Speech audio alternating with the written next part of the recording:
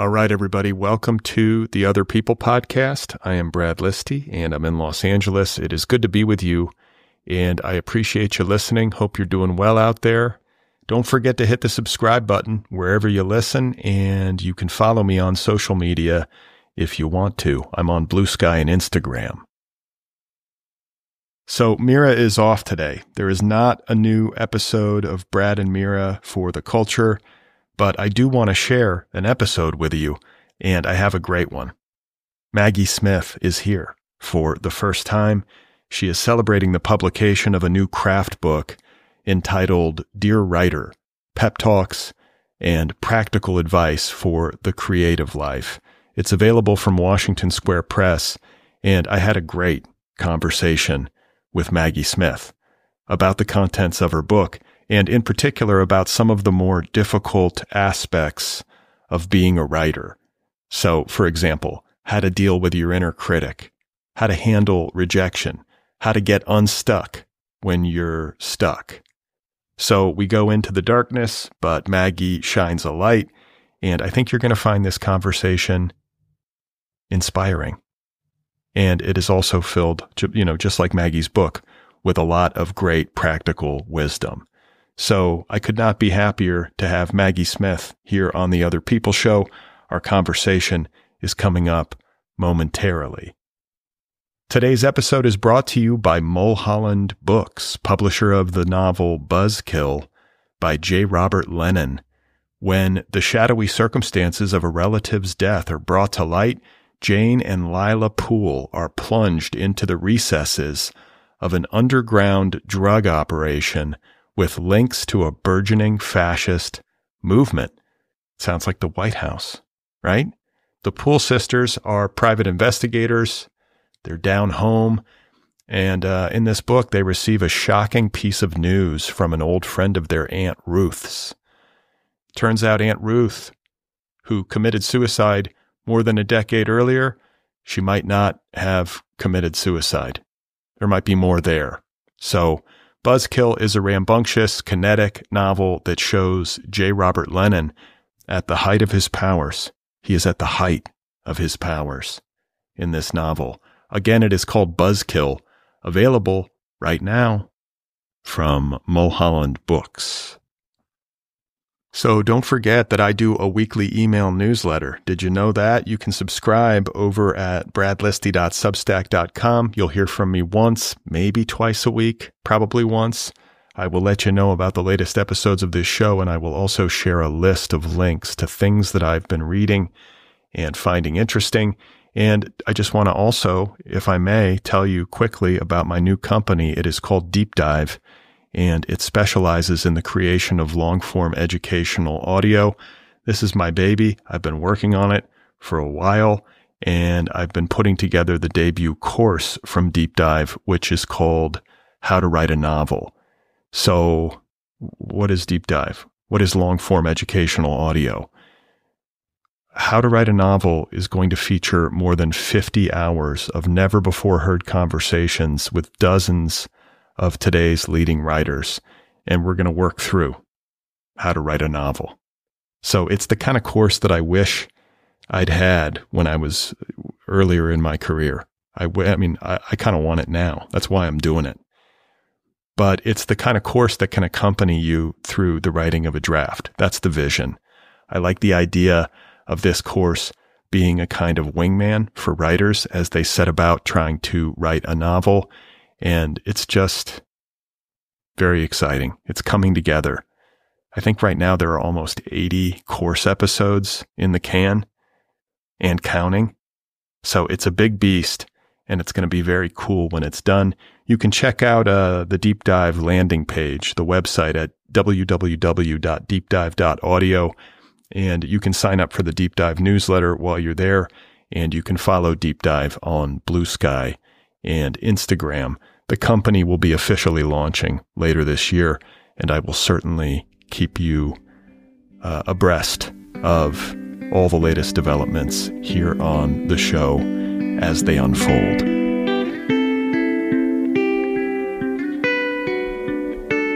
Okay, so my guest once again is Maggie Smith, and her new book is called Dear Writer, Pep Talks and Practical Advice for the Creative Life. It is available from Washington Square Press. Maggie Smith is the award-winning and New York Times bestselling author of 8 books of poetry and prose, including You Could Make This Place Beautiful, Good Bones, Goldenrod, Keep Moving, and My Thoughts Have Wings.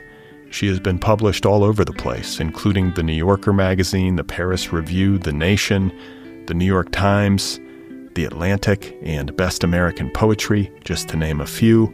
And I am so pleased to have her here on the Otherppl show for the first time. So let's get to the conversation. Here I am with Maggie Smith. You say in your book that writers need a combination of tenacity and persistence, and I want to kind of pick this apart. So let's start with that. Tenacity and persistence.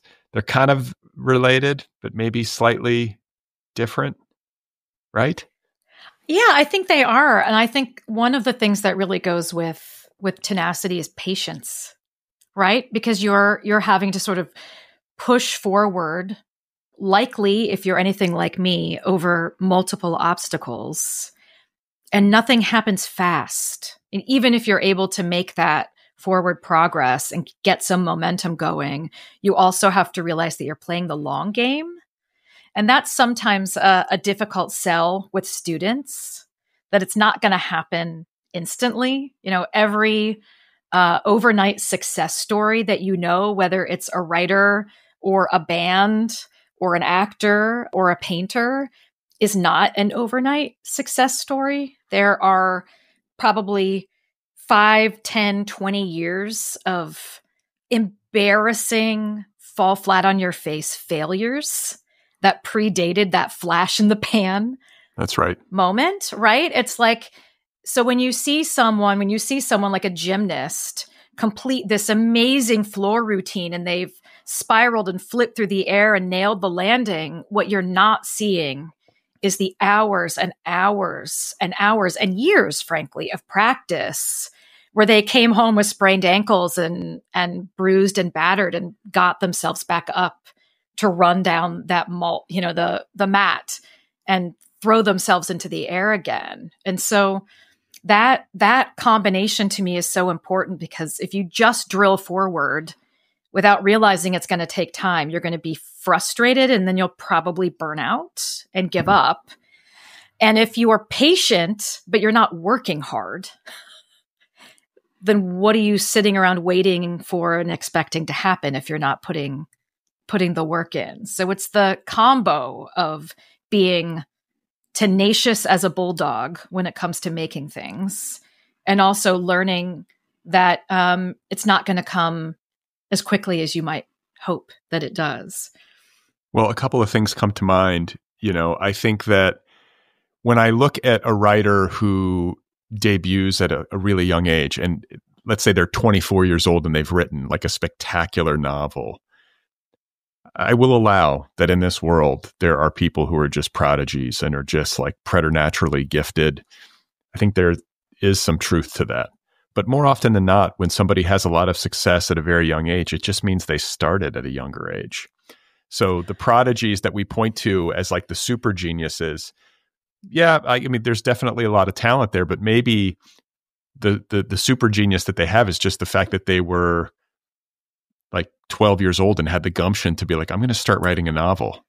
Yeah. Or I'm going to learn how to play guitar at age 6. So by the time I'm 20, I'm a virtuoso. Right. Or I started playing this sport when I was 4. So yeah, I went professional at 21.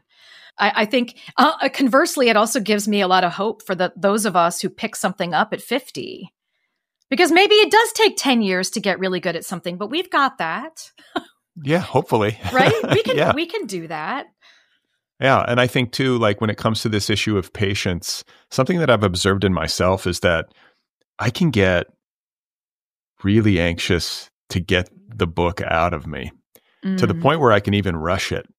And I don't think this is all that uncommon. When you're working on a project, there is this desire to have it externalized. And part of that is just like the relief of having finished it and like being able to point to it, even if it's just you pointing to it all by yourself and saying, well, I got it done. Then there's maybe a piece of it that's like, you want that validation. You want to see it in print. And I think that patience is important because you don't want to rush a book to market or publish stuff online even that hasn't really gone through its paces.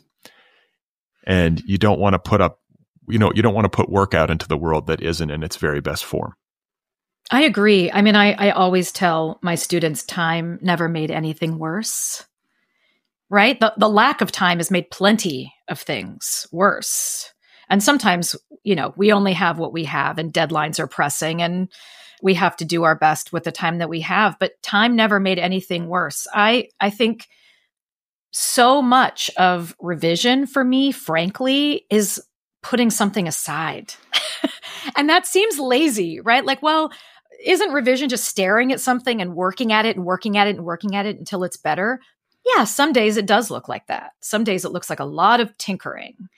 And some days it looks like I'm going to make this thing worse if I keep going. It's like cutting your own bangs. At a certain point, you have to put the scissors down. Like you don't have more hair to work with. So I really think sometimes what we need is to put that piece of writing aside and trust our future writer self to look at it with fresh eyes. And for me, that could be give myself 48 hours away from it. It might be a week. Sometimes it's a month and sometimes it's longer. But chances are if you come back to that thing, if you've got the time to let it steep a little bit, it hasn't changed sitting in your computer or sitting on your legal pad, but you've changed. Like you have experienced other things. Maybe you've read other things. Maybe you've written other things. And so you're bringing all of that experience to bear on the new version of that draft. And it never ceases to amaze me. I'll open up an old file from, I don't know, maybe only a month ago. And when it pops up on my computer, okay, yep, it's in Garamond 12. I know it's mine. I'm pretty sure I wrote that. Some of it feels unfamiliar to me because I've been away from it. But it never ceases to amaze me that when I look at it with fresh eyes, I see something I want to change immediately. And I don't know that I would have done that the day that I had drafted it. I needed a little time to be able to come back and be like, oh, now I see the splinters that need to be sanded down. And, it's still just my eyes, but they're a little bit fresher. I've also had the experience of liking what I've written more than I did the previous day. Like something about a good night's sleep. Yeah. You know? And you do have to sort of be attuned to the mood that you're in when you're, critically evaluating your own work. If you're having like a bummer of a day or you're just not, you're in a funk, like it's probably going to color your perception. I love this idea of maybe falling in love with your work in a new way with a little time and distance, like absence makes the heart grow fonder on the page. I definitely think taking a little time away can make it feel almost like someone else has written it. Like coming back to a document and reading it sort of objectively, like maybe you're not the author, and being able to even like respect or admire qualities in the writing because it feels somewhat divorced from you after that period of time. That's exciting. Yeah. It's also kind of a relief if like the previous day you're like, all is lost. And then you come back and after a good night's sleep and it's like, actually, this is pretty good. And I think maybe the moral of the story is that it's never as bad or as good as you think, most likely. And I've talked to writers in the past who they will print their work out. I even know a writer who will like change his physical location. He'll like go to the beach or go to the cafe and read a hard copy of his work to recontextualize it so that you can try, the process you were describing about stepping away, I call that letting the text cool. I like that. Yeah, you got to let it cool and then you come back to it and it kind of feels new and you can see it, in ways that you previously couldn't when you were kind of immersed. And I think that a lot of times writers will like noodle too much if they're in a kind of like, it's like a dog with a bone, right? You're just like, I'm going to get this right. And you can't kind of exercise the discipline needed to give yourself space and to give the book space. And maybe part of getting better at this is sort of knowing when it's time to take a break versus, thinking you can muscle every last thing. Like that's the dark side of tenacity, is that you can make a work of fiction or a poem or whatever it is a little bit overwrought. Oh yeah. I mean, I think of the baking metaphor, which is like you can over knead the dough, which makes something tough. I mean, revision is my favorite part of the writing process, but you can over revise. Like if you can sort of like press through a thing and make it maybe technically beautiful and sound and polish it up, but you can actually polish it dull instead of shiny, because you've somehow in the revision process scrubbed every last bit of wildness and weirdness out of that piece of writing. And so when I'm revising, I save every draft and I just renumber it in my computer. So it's like 1, 2, 3, 4, 5. If I get to 15, I know probably something's not going well, because I'm on a single poem. I should be able to get there in under 15 drafts, I would think. And so if I get to 15, maybe 13, I retrace my steps. I sort of imagine the scene at the end of The Shining where Danny is being chased through the labyrinth and he walks back through his footsteps to avoid his father. But I have to retrace my steps and go back to an earlier draft and sometimes reinstate pieces of that earlier draft into the later revision, because that's where the weird, wonderful stuff was that dragged me to the page in the first place. Like a technically perfect piece of writing can be a lot less pleasurable to read than something that's a little rougher, but has, like more fingerprints all over it. Yeah. Yeah. And so just to kind of put a finer point on this idea of tenacity, there are some words that you use to kind of define it, or to, these are kind of words that live under the umbrella of tenacity: stick-to-itiveness, perseverance, stubborn persistence, fortitude, endurance, determination, mettle, and drive. These are things that any writer who is going to complete, especially a long-form project, has to have. Absolutely. It's funny. I think as a kid, I was criticized for being stubborn. And I think as a writer, it's one of my best qualities. I think we need to have that kind of like gumption is another word I like to use. And I think it kind of folds in to tenacity and perseverance, which is just that like that fire in you that makes you hold on to something and not let go and want to sort of push yourself further and try something more and more. I don't know how we make things without that drive. Yeah, I don't either. There's not a writer I know who I've talked to on this show who doesn't have that kind of stubborn persistence and tenacity. Yeah. You have to. I don't see how you could possibly do it without it. Well, there's too many no's out there that you have to overcome. So if you don't have that, you might write something, but if you don't have that tenacity, the first rejection you get, you might just fold up. Right. So you have to have that inner fortitude that says, yeah, okay, maybe that thing wasn't ready, or maybe it actually is ready, but it's not for you. This wasn't the right place or the right time or the right venue for it. But also, like, I know I can keep doing this, and I'm not going to let that one sort of change my path or dissuade me from doing what I think I can do. So, and to kind of put a finer point on this idea of patience, there is the issue of gratification, validation. And, when you're working on a long form project, this can be years of your life. Oh, yeah. Without any gratification, without anybody patting you on the back or giving you a gold star or a good, a Goodreads review. And so it's you pretty much alone with the manuscript and navigating those waters, on your own for a long period of time. And you have to get comfortable with that. And you have to be comfortable with the idea that progress is usually gradual in this game. Oh, It's not something that happens with like a lightning bolt. no, the progress is sort of sometimes feels like geologic time. Like tectonic plates shifting so gradually that you have to look at like a million year timeline to actually see the movement. Nothing happens fast. I mean, I tell my students, I'm like, there are many paths in the creative life. There are many ways to be a writer. None of them is the Autobahn. Like, That's right.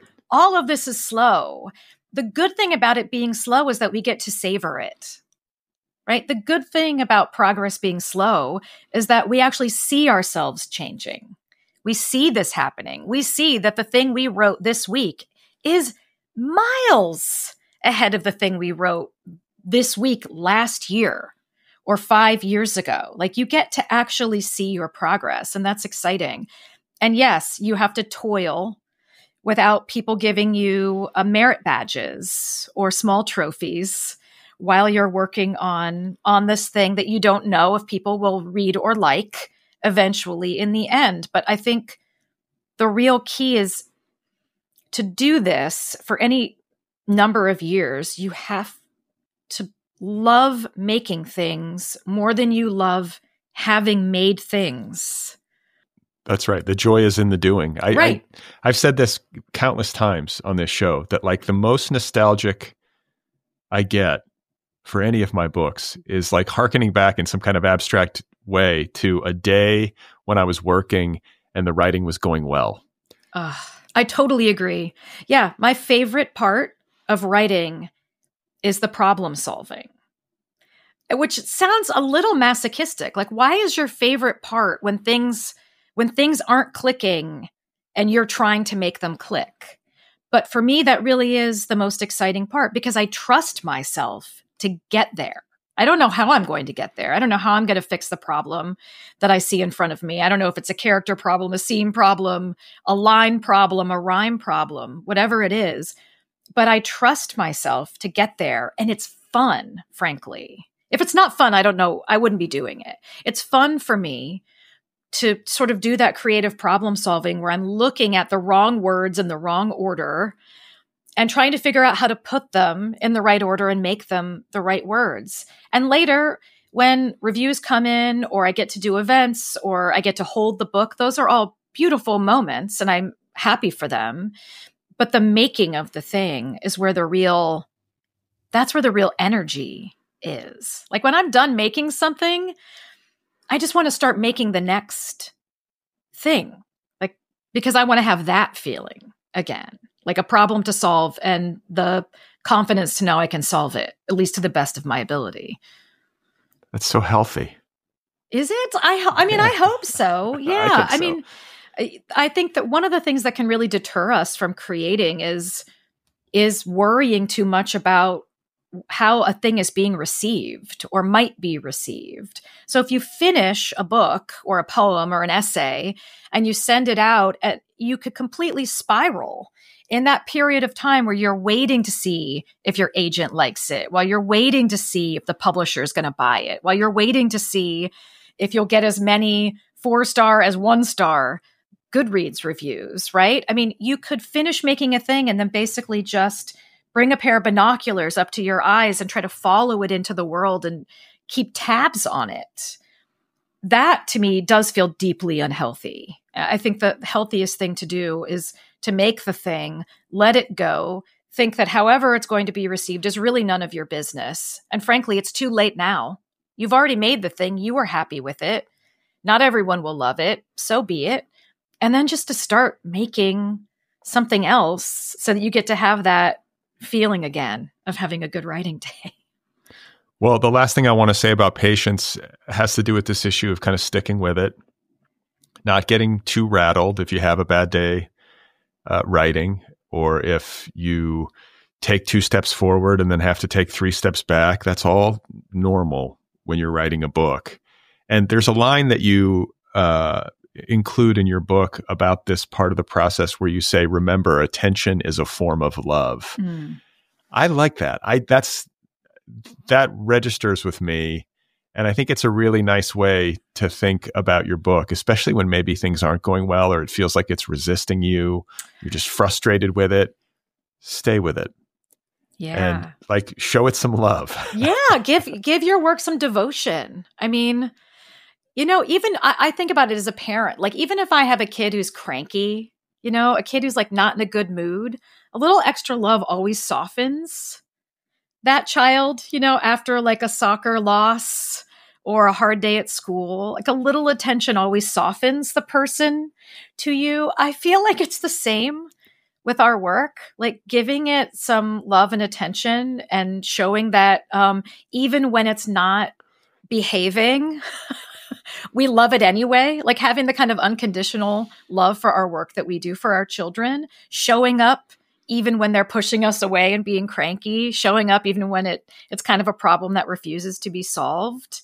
I do have this feeling that, like, over time, the work knows that we're showing up for it and will eventually yield to us and soften. That's been my experience. And it's like, it's a very circuitous path. It's not like a linear thing. You're up, you're down, you're lost, you're found. And if you just keep showing up, it's kind of amazing how it yields. It's amazing how problems in the story that can feel like intractable can 3 days later be like one of the best parts of the book, or you can have some kind of breakthrough that you just had no idea was coming. And that's the thrill. That's the problem solving that you were talking about. Well, in the time, right? Because what has happened in those 3 days? Like, either the work hasn't changed, it's been sitting in the computer. It's us. I mean, that's the really exciting thing for me is I can't write without being changed. I can't read without being changed. And so when you let something steep, as I say, or cool, as you say, and actually tea does both of those things if you let them sit, right? So that it gets more concentrated and full of flavor, but it also cools down. If you let that happen, there is some sort of alchemy. And I don't know what that is. And I think one of the miracles of this is that a lot of the secret sauce remains secret. Like, we don't get all the mysteries. And if we did, it probably wouldn't be so thrilling to sit down and have that engagement with our own work and be like, what? Whoa, I didn't see this coming. That's the joy.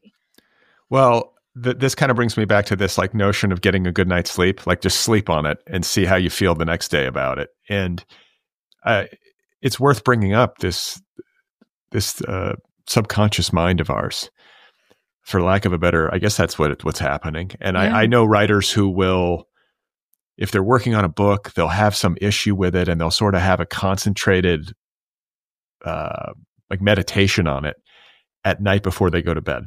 Or they'll journal about it, or something like that. But they'll focus their thoughts and they'll be like, okay, stuck in chapter 3, and I don't know what's going to happen to X and Y. And then they'll go to sleep, and they'll let their subconscious mind kind of go to work on it. And more often than not, it will yield something the next day. Like, how do you feel about this? Is that too woo-woo, or is No.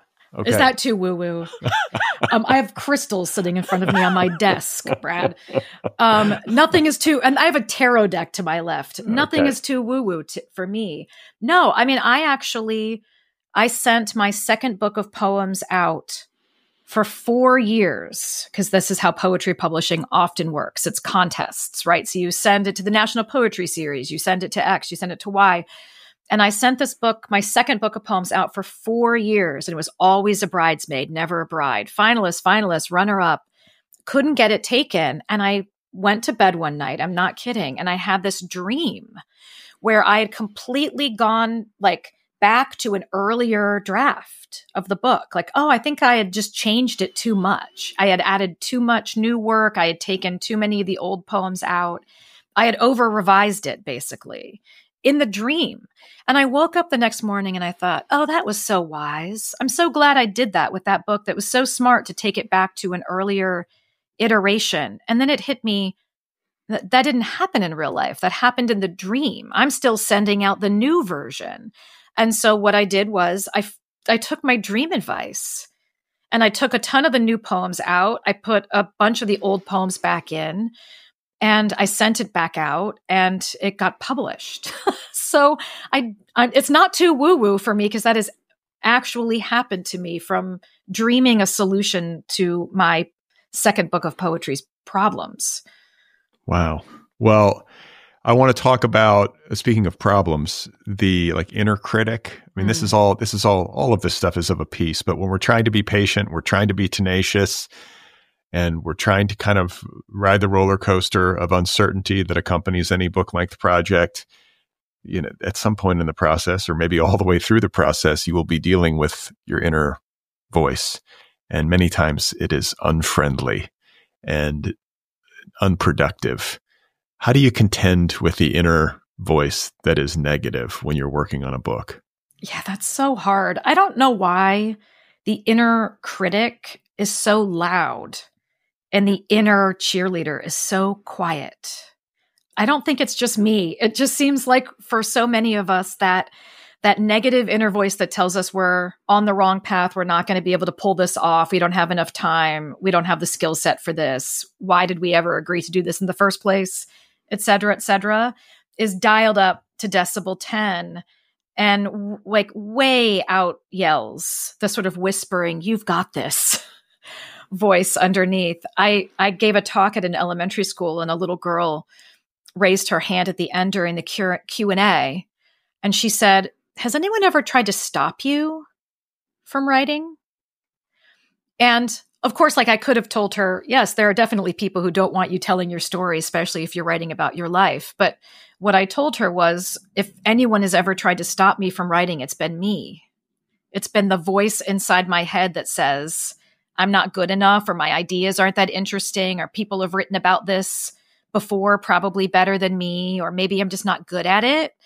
And my job when I sit down to write is to turn that voice down as much as I can and tune into the voice inside of me that's giving me metaphors and images and ideas. And she was like, "Oh, okay." And when I got the thank you notes from this class, more of them than not referenced that line. Like, "Thank you for telling me not to listen to the voice inside me that says I can't do it. Like, thanks for telling me that I can just turn that voice down and try." So I don't care if you're 7 or 70, all of us have a voice inside of us that is a naysayer. So how do you, in practice, turn that voice down? Is it just like a resistance, like an inner resistance? Are there methods that you've cultivated over the years that are specific to you that you might share? I don't think it's, for me, I don't think, there are a lot of things I have methods for. Like if I'm stuck, here are some things I'll try. If something sounds flat, here are some things I'll try. But I don't have a method for if the voice inside your head is telling you lies about your talent or ability, what do you do other than keep going? And it basically just push past it. I mean, throw elbows if you must, right? I think just having the awareness that the inner critic is running and is sort of doing its negative work. Just being aware that it's happening that's the ball game. It's when you're not even really aware that it's happening, but it's just running you, that you're in trouble. Yeah, and also not believing that what it's telling you is true. Right? Like we all have people in our lives who talk a lot, but we don't actually absorb what they're saying because we recognize that they believe perhaps what they're saying, but we don't believe what they're saying. So we can kind of tune them out, even at Thanksgiving dinner if we must. Yeah, of right? course. Just so if you think of the inner critic as like the relative at the table who believes what they're saying, but you know that there's not really much credence to what they're saying, but you still have to live with them. It's a little easier. Maggie, ivermectin is a cure for cancer. Come on. Oh, wait, you were at my Thanksgiving dinner. I forgot, Brad. Oh, we have some of the same relatives. Yeah. I know that conversation, but I think like you characterize the inner critic as a liar, a pessimist, and a loudmouth. Yeah. And in response to that, it's about like some of the things you write in this book are like, you got to believe in the value of what you're doing, like just as a foundational part of it. You have to trust the process. Mm-hmm. And I think this gets easier. This is one of the few things that gets easier from book to book is that having been through the rigor of it, you learn to maybe stay calmer when there's turbulence. You're like, okay, this is going to pass. Sure. Like flying. Like this is not my first flight, right? So when turbulence hits, I'm like, oh yeah, this happens all the time. I know. I just have to wait this out. Right. Frankly, it's not very much like having a child, and the newborn period is terrible. Like the first 3 months of having a baby, bundle of joy, my ass. Yeah. Like it's terrible. And you don't know that the first time. So it feels never ending. You can never imagine ever getting your life back. And so that by the time you have a second child, you're like, oh, the first 3 months are terrible. I know that, but I know that there's a clearing and sunshine on the other side of this dark forest. And so I'm just going to keep my eyes on the horizon and keep moving because I'm going to get there.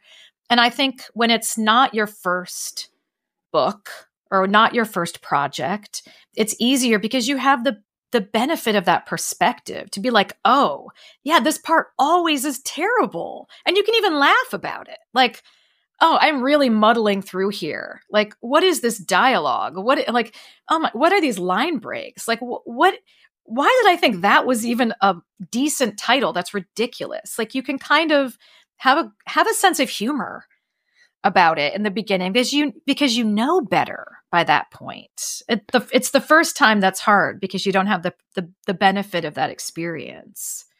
So another thing that you say, and this is kind of tied to what we were talking about with respect to like finding joy in the doing, and that's really the best part of it, is as you're working, you have to try to stay disciplined about getting overly invested in the outcome. Just do your work day after day, kind of stay with it in the moment, give it your best attention, finish your day, maybe don't ruminate on it excessively, and then do your day, go to bed, wake up in the morning, try again. And having that kind of focus is key, as opposed to being like, well, what are people going to think? And who's going to publish it? And how many copies is it going to sell? And how much money am I going to make? And will I be a bestseller? All that kind of stuff. No, that's no good. I mean, there's a reason why I won't let anybody who works with me give me numbers of anything. I never want to know. I don't want to know how a book is doing when it's out. I don't want to know what pre-orders are. I don't want to know any of that stuff because you know what? I'm already making something else. And I just want to have a love affair or an arm wrestling match, depending on where I'm at in the process, with that piece of writing. And I don't want to think about how it's doing, nor do I want to think about how a thing might do while I'm making it, because it will inevitably change the recipe. Right? I mean, if you are making something for yourself, mostly, that feels pure, or at least purer, more pure than trying to create something that what you think will be for, but will so-and-so like it? So let's dilute this portion because I think this person or this group of people will like it more. But I feel like sales and marketing is probably going to want it to be more like this. So maybe I should do this.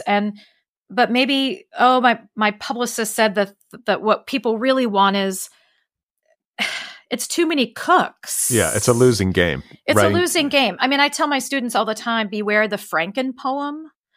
And the Franken poem is the poem that you sit in a workshop and everybody tells you what they like and don't like about your piece during workshop. And then you go home and try to take all the advice. And you can't, because someone will say, I love the beginning. Whatever you do, do not change the opening of this piece. And someone else will say, I love the middle, but I didn't understand the beginning at all. So definitely change the beginning. And then somebody else will say, the ending was great, but I didn't like the middle or the beginning. You simply cannot consider the feedback of a lot of different people, whether you're getting it or whether it's in your mind while you're making things, because it will ruin what you're trying to make. Yeah, that's a really good point. And I think that, I've said in the past, or I'll sometimes say there's like a rule of threes. Like if you get the same note 3 times, that's when you should start taking it seriously. But then I also have found in my own workshop experience or editorial feedback experience that good notes are kind of self-evident to me. Yeah. And I think the to me part matters. If you're a writer and you've handed some pages out to your workshop and somebody comes back with a note and you go, like usually it's very clear that you resonate with their note. Yes. And if you don't resonate with it, how many times have you heard it? If it's just once, then kind of stick to your guns, I think. I agree. I mean, I think we're all, I feel like I'm a pretty idiosyncratic writer, so not everybody's going to attach themselves to what I write. I'm completely fine with that.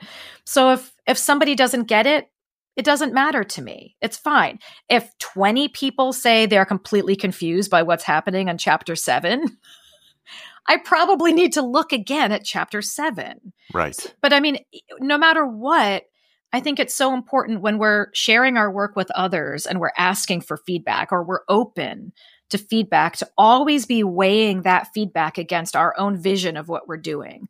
Because I have definitely gotten editorial feedback in the past that would have made a beautiful poem or a lovely marketable book.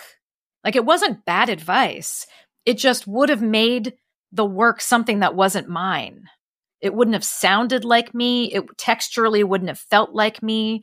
And since my name's on it, even if the advice is well-meaning and well-intentioned, and frankly, like maybe even smart, like, oh, that's wise, but it doesn't feel aligned with what I'm trying to make, then it's not smart for me to take that advice.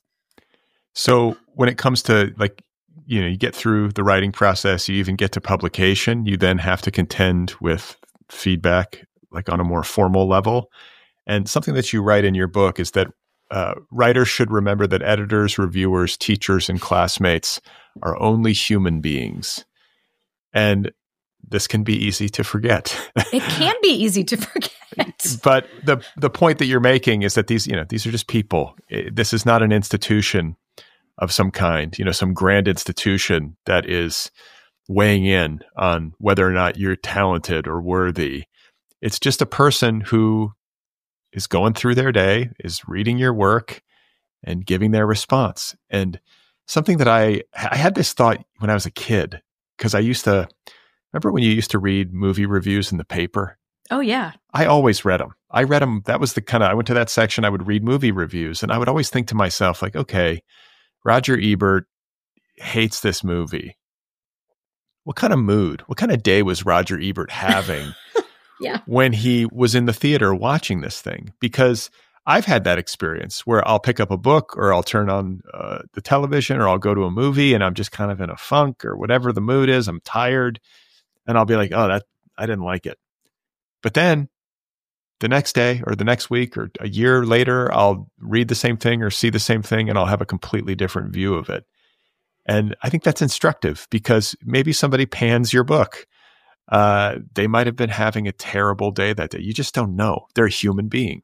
Right. Or maybe they panned your book and they were having a great day and they're not your ideal reader. Right. They just don't like what you made. And that's okay. It doesn't make what you made bad. It just means it's not their thing. Like, I like blue cheese. Not everyone likes blue cheese. It's fine. And I do think it helps. I mean, when you submit an essay to the New York Times and it's rejected, the New York Times didn't reject you as a writer. It's not, this is not about your talent, your ability. It's not an institution rejecting you as a writer. It's a single human being who probably read something in an online queue among hundreds of other things that they were looking at that day. And for whatever reason, yours didn't jump out to them as being urgent and necessary to be in print. Okay. That feels much more low stakes and manageable when you think about a person clicking through a submittable queue on a laptop, maybe with a cold cup of coffee sitting beside them, and they have a lot of other things going on, and maybe they had a child up with an ear infection all night. We don't know. But we're all just people. And I think I really got better perspective on that after doing editorial work myself and after judging literary and book contests myself. If I'm judging a poetry contest or a book contest or reading for a magazine, there is so much wonderful, worthy work out there. We're having to say no to so many brilliant things on a daily basis. It would break my heart, frankly, to think that everyone who received a no thought that they should stop doing it. Yeah. I mean, and it's like, I don't know what your situation is, but I have been on that side of the desk where you're receiving work and having to evaluate it for publication, or I'm receiving pitches for this show, like dozens every day. And it's chaotic too. Yeah. A lot of the time. And so I think people are like, wow, he just didn't like it. Or it's like, actually, you know what? I got like 175 emails that day. Right. And I just can't. That's often the case, is that it's just a matter of attention, and it's defensible. Like I feel, I'm capable, having been through that, to have some sympathy for the editor. Yes. Yeah. Because I know that their job is tough too. And I think this applies this applies every bit as much to the people in, say, New York publishing houses who, or agents who are being queried and having to take like 4 manuscripts. Nowadays, it's like on their Kindle or whatever, right, on the subway, and they're trying to evaluate this stuff. Or, editors are receiving all these manuscripts from agents, and do you want to publish this? And they've got to read God knows how much in a week and make decisions. And I'm sure that many times they're like reading while they're like cooking dinner or taking their kid to the doctor. And I can't, they're not into it in the first 3 pages, and they just say no. And that's right. Yeah. That's it. Yeah. So I guess as writers, it's our job to make things that, as much as we can, will grab someone who might be stirring a pot of soup, shushing and shaking a baby on one hip while there's someone knocking on the front door, and they have a submittable queue that's thousands long. That's right. That's right. And I think that there's another line in your book along these lines that I think is worth pointing out. And it is, remember that you are not your work. Mm. And you've kind of alluded to this in so many words earlier, but I want to reiterate it because it's so important. Like, you make the thing, you send it out into the world. That thing is not you. No. You have a personal connection to it, and you've poured a lot of yourself into it, but you're much more than just that manuscript. Yeah. So if someone doesn't like it or doesn't publish it or gives it a terrible review, it's not you. They're not doing that to you. It's something that you made. It still hurts. Yeah. It's like having a kid come home and say that someone picked on them on the playground. Yeah. It's oh God. It's a terrible feeling. I won't like sugarcoat it. If you make something and you're proud of it and someone doesn't like it, it doesn't feel good. It's not supposed to feel good. But I do think we can get enough perspective to sort of let that go. I mean, in my family, one of our sayings is "Don't yuck my yum." I don't think there's that much of a difference between like what we like taste wise, whether it's food or music or books or films. It's not going to be for everyone, right? I know I'm not for everyone. Not my personality, not my style, not my books, not my love of spicy food or roller skating or horror movies. Like, I'm a singular human being, and not everyone is going to love that. And I think if we think about our work in that way, it's helpful. Like, it's not an ambassador of us in the world in that way. Like, it doesn't need to be that high stakes. You made a thing. Some people will like it and some people won't. No, go make something else. And the people who like it and the people who don't, the intensity of their feelings is likely to pale by exponents compared to your particular feelings about it because it's yours. They're not like, if somebody picks up your book and only gets 10 pages in and then throws it across the room, it's very unlikely that they're going to spend more than like another minute or two thinking about it or you. It's just over. It's not a big deal. And if somebody loves it, they might even email you. That's like the best case scenario. You get like a DM from somebody who's like, oh my God, your book just totally bowled me over. But then after that, they move on, and you have the email in that little special folder on your desktop where you keep such things. But which I recommend keeping those emails because they can be good to return to on a day where things are not going well. But we need pep talks, don't we? Yeah, I think we do. And I think it's true that if someone reads something that you wrote and they love it, they may become completely evangelical about it. They might buy your book for 10 friends. They might recommend it to their book club. They might talk about it on Facebook. You never know. If someone buys your book and doesn't like it or doesn't finish it, they're probably not going to tell anyone about it. They're probably just not going to finish your book and take it back to the library or put it in a little free library in the neighborhood and move on. So people are not out to get us. Let's hope It's not. okay. I hope not too. So when it comes to rejection, you say every no makes room for a yes. It's something you've got to be able to deal with if you're going to be a writer, because you are going to experience rejection if you make stuff and send it out into the world. Nobody bats 1,000. Nobody. No, I mean, it's impossible. Yes, you will get more no's than yeses. It's just the fact of things. I think I talk a lot about the shadow CV, which is something I think about a lot. It's like the list of publications at the front of my latest book is really exciting to me. It's like the also by Maggie Smith page. And I get to look like, oh, I made all those things. That's really exciting. But what doesn't exist in the front or back or anywhere in Dear Writer is the list of things that were rejected. Actually, I think that would be really exciting. Also by Maggie Smith that never got published.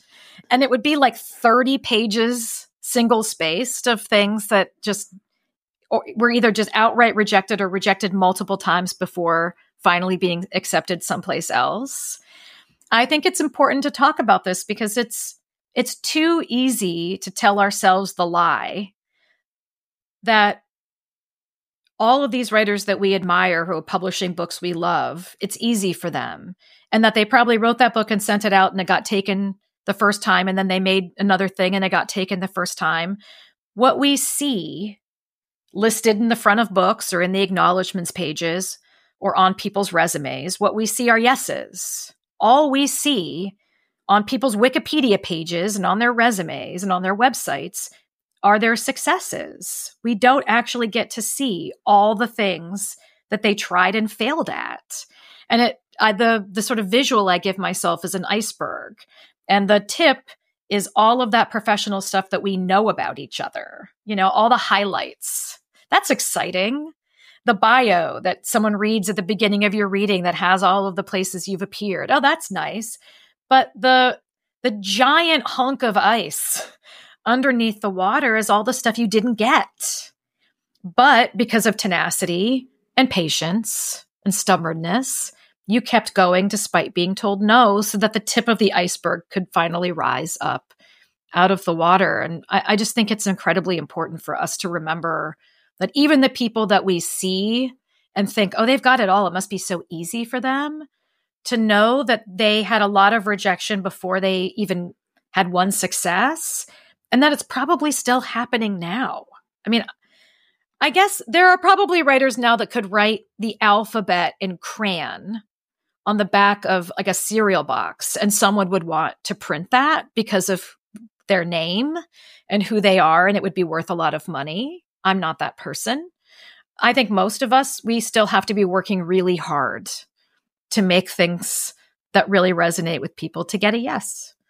Yeah, no doubt about it. And I want to talk about your poem, Good Bones, because this fits perfectly into what you were just saying. Is it fair to call Good Bones your most famous poem? Oh, that's definitely fair. Yes. Yeah, but it's worth noting that this poem, for all of the success that it's had in reaching lots of people and moving lots of people, was rejected many times. Yes. Yeah. I mean, and it's important because if I sent this poem out to print magazines first, and it was rejected by the print magazines, and I aimed high. I like to aim high because I don't want to be relieved when something gets published. I want to jump up and down in my kitchen. So I'm always aiming a little above where I think I deserve to be. And so I sort of went back, and I remembered I had two friends who had just started an online lit mag, and they had like little babies, and they were just like cobbling this thing together. And I thought, I'm going to send them a batch of poems. And so I sent a batch of poems, and Good Bones was in it. And they took it and slated it for publication the next year. And if Good Bones hadn't come out in June of 2016 online. On what? What was the publication? Waxwing is the name of the journal. If it hadn't come out in June of 2016 in Waxwing, it would never have gone viral. And none of the things that happened with that poem or because of that poem would ever have happened. So if unnamed journal X and unnamed journal Y and unnamed journal Z hadn't rejected it, it would have lived in a print magazine. It never would have gone viral because it wouldn't have been shareable in that way. And you don't know, like was there one big share that you can kind of, it's very hard to trace these things in my experience, like understanding why something takes off on the internet is kind of an eternal mystery. But do you have any sense of the forensics? Honestly, this was like back in the Twitter days. And I remember coming home that afternoon and a neighbor of mine was like, I just saw a poem of yours on Charlotte Church's Twitter. And I was like, that Welsh singer? I mean, I don't know her. Why? And it was because, there were tragedies happening here and in the UK at the same time. And so I think what really made it go viral was that it was being shared both in the UK and in the United States for completely different reasons, but in the same week. And that was really what made it happen. But I don't know sort of like how the fire started, so to speak. Well, I want to have you read the poem since we're talking about it. It would be unfair to my listeners. No, we're just teasing people now. Right. I love when people don't know the poem. Like it's exciting. It's exciting to me when I meet someone who doesn't know it, just like it's exciting to me when I meet someone who's read my memoir, who's read Keep Moving. And then they're like, oh, you're the Good Bones person too? Like, yeah, I'm all those people. That's I love right. that. Yeah. And I'm Violet and Rhett's mom. I'm all those people. This is Good Bones. Life is short, though I keep this from my children. Life is short, and I've shortened mine in 1,000 delicious, ill-advised ways. 1,000 deliciously ill-advised ways I'll keep from my children. The world is at least 50% terrible, and that's a conservative estimate, though I keep this from my children. For every bird, there is a stone thrown at a bird. For every loved child, a child broken, bagged, sunk in a lake. Life is short, and the world is at least half terrible, and for every kind stranger there is one who would break you. Though I keep this from my children, I am trying to sell them the world. Any decent realtor walking you through a real shithole chirps on about Good Bones. This place could be beautiful, right? You could make this place beautiful. All right. I'm emotional. You got me. It's a lovely poem. And thank you.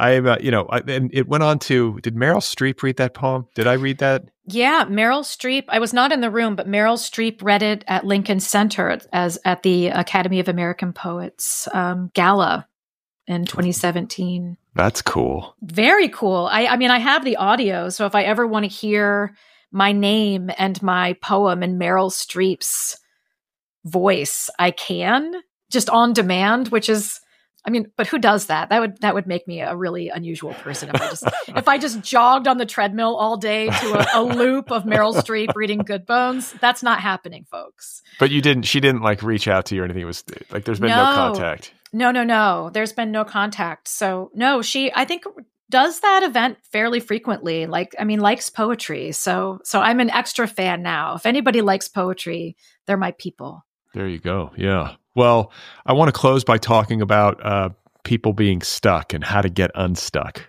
Writers, we're not going to solve everybody's problems, but writers. I'm not a therapist. That's right.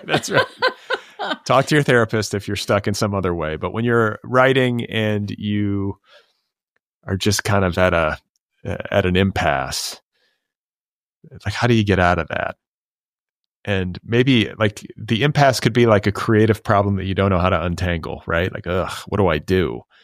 But it could also be maybe this feeling of being stale. Like I'm just kind of doing the same thing. I'm in my comfort zone.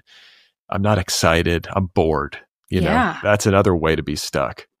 Oh, being bored with your own work is the worst feeling. Ugh, yeah. If it's like a bad relationship. Like if you're not excited to see the person, you better be smiling and making eye contact when they come into the room. If you're not doing that anymore, you've got a problem. Same with your piece of writing. Like if the honeymoon period is over, how do you bring the spark back? Maybe I am a therapist, Brad. Yeah, right. I mean, yeah, there are a lot of things I do. Like if something is bothering me about a piece, I don't know what's wrong with it. I feel kind of like I've lost the spark. I print it out and I read it out loud. That seems so basic, but honestly, reading a thing aloud, I think it helps us train our ears. But I think oftentimes we can hear where our kind of attention starts to flag a little bit. You can kind of hear where the sentences go a little slack, where the rhythm is off, where things just, your attention starts to kind of drift a little bit, even in your own work. So like really noting in a piece of writing, like where the hot spots are, like where you feel like the writing is freshest and sort of most muscular and alive, like that's where the blood is. And then kind of feeling like those spots where it's like, this feels like filler or connective tissue. It's not doing as much. And then that gives you a place to go back in and focus on elevating that section that's gone a little slack to the level of everything around it. Another one is just put it away. Put it away. Like if you feel stuck, maybe don't bang your head against the wall. If you feel stuck, maybe give it 3 days. Maybe just give it a little break. Move on to something else and then come back to it. Maybe do a little research. Like, is there something else you could read, watch, or listen to that you think would bring a new texture or dimension into the thing that you're working on? How can you sort of cobble it together that way? I love that. If I'm working on something, if I'm writing something and I'm like, there's kind of a scary element to this, why not give yourself a 2-hour break and watch a horror movie or reread something that you think will scare the hell out of you, just to kind of get yourself into that writing weather again? So I think there are all kinds of things we can do. But the thing that never has worked for me is punishing myself and just pushing myself through it without changing it up. Like, I think we have to change something up if you want to expect a different result. Well, another thing that you say in this section of your book is that writers have to become adept at recognizing patterns in their own work. Oh, yes. I think that this can happen. You can get a little bit lazy. Things can become a little bit rote. You get good at something, or you just have habits of mind that end up showing up on the page. And this can have a deadening effect on the work, or it can just make the creative act feel a little bit less exciting. I agree. I had a writer friend say, I see in this poem you're doing the Maggie Smith thing. And I was like, oh, I don't even know what that is, but please tell me. And he said, it's an observation, a reflection on the observation, and then some sort of conclusion or epiphany based on the reflection of the observation. Like, I see this, which makes me think of this, which makes me realize this. And I was like, oh, I feel so nailed right now. Like, oh my gosh, how many of my poems are like the 3-part see or hear something, have a sensory experience, process it, and then like spit out what the connection that I've made. And so if I know that that's a kind of tick of mine, or a 3-part structure I like to play out in a poem or an essay, then one of the favors I can do myself is by recognizing that and forcing myself into another direction. Like, I'm not going to let myself do that. Maybe I'm going to begin with something else. Maybe I'm going to, in revision, move the order around, or I'm going to basically not allow myself to go to a place of any kind of epiphany in this piece. It's going to have to end in a completely different way where there is no conclusion. And it's helpful, I think, to have people in your life who will keep you honest, because sometimes we're so close to the work. We can't see the forest for the trees. We don't see our own patterns. And having a trusted friend or a writing group or a mentor, somebody that we can send something to and say, hey, what do you think about this? If they look at our work regularly, they will notice these patterns. And if they're your friend, they'll tell you the truth about them. Yeah. I mean, it's something else that you say that I underlined is that if you're having trouble along these lines, like you're in a rut, you're kind of stuck in your own patterns, that it might be a good idea to try writing something completely different. And some of the options that you offer up, and this is just a small sampling, like try writing whatever you're working on in like a horoscope format, or a recipe, or an obituary, or a how-to, or a dating profile.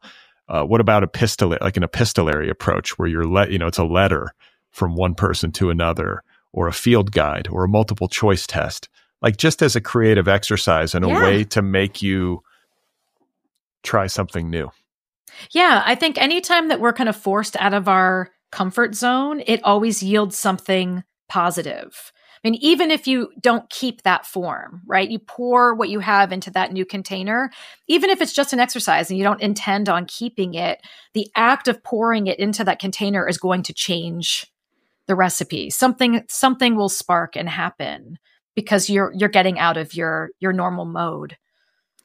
So I want to close by talking about the issue of community and being in conversation creatively with other writers, other artists, other kinds of art, artists from different eras. Like the line that you write in the book that I think sums this up beautifully is that creativity can be solitary, but it never happens in isolation. So it's a good thing to remember in the context of wanting to get unstuck. Like you're not on an island all by yourself. There's art all around you. Like just go to your bookshelf, or go to your writing group, or watch a movie, or listen to a great album and take your dog for a walk, or whatever it is. And that can be a way for you to kind of like, break out a little bit, rethink things, get out of your comfort zone, see your work in new ways, see new possibilities for your work, period. Right? Absolutely. Yeah. I mean, I write by myself, but I don't write alone, right? I'm writing with everything that I've written before is living inside me. So it's informing what I'm doing. All the books that I've read or am reading, the music I'm listening to, the film I'm watching, the view out my window, frankly, all of this, the conversations I've had about writing, all of this is sort of swirling around and becomes part of the weather. So even if I'm writing alone in a room, I'm having a conversation with other writers. I'm having a conversation with other writers' books. I'm having a conversation with my past work. It's comforting to think like that, I think, because it also makes it not so high pressure and solitary. Like this is on you. Like you're making this, it's all on you. Well, it is, but you're also a sponge. Like one of the things I think we need so much to do what we do, and it's part of what makes maybe putting things out into the world difficult, is that we're porous. And like you have to be pretty porous to make art, whether it's writing or another kind. You have to be taking in a lot of things from outside sources. That porosity can make rejection difficult, but it makes inspiration possible. And so staying open, like always kind of keeping the door to you ajar, if not standing wide open, is so important. And that does mean to other art forms. Well, Maggie, it has been a delight to meet you and to talk with you about your book and about writing and about being tenacious and persistent and resilient, and what else? Dealing with rejection in a way that's not like self-harming to an excessive degree, and being willing to take creative risks, especially when you're feeling stuck. All of it has been super helpful, and I'm grateful to you for the time. No, this was a joy. Thank you. All right, you guys, there we have it. That was my conversation with Maggie Smith. Her new book is called Dear Writer, Pep Talks and Practical Advice for the Creative Life, available from Washington Square Press. Dear Writer is an instant national bestseller. You can find Maggie on the internet.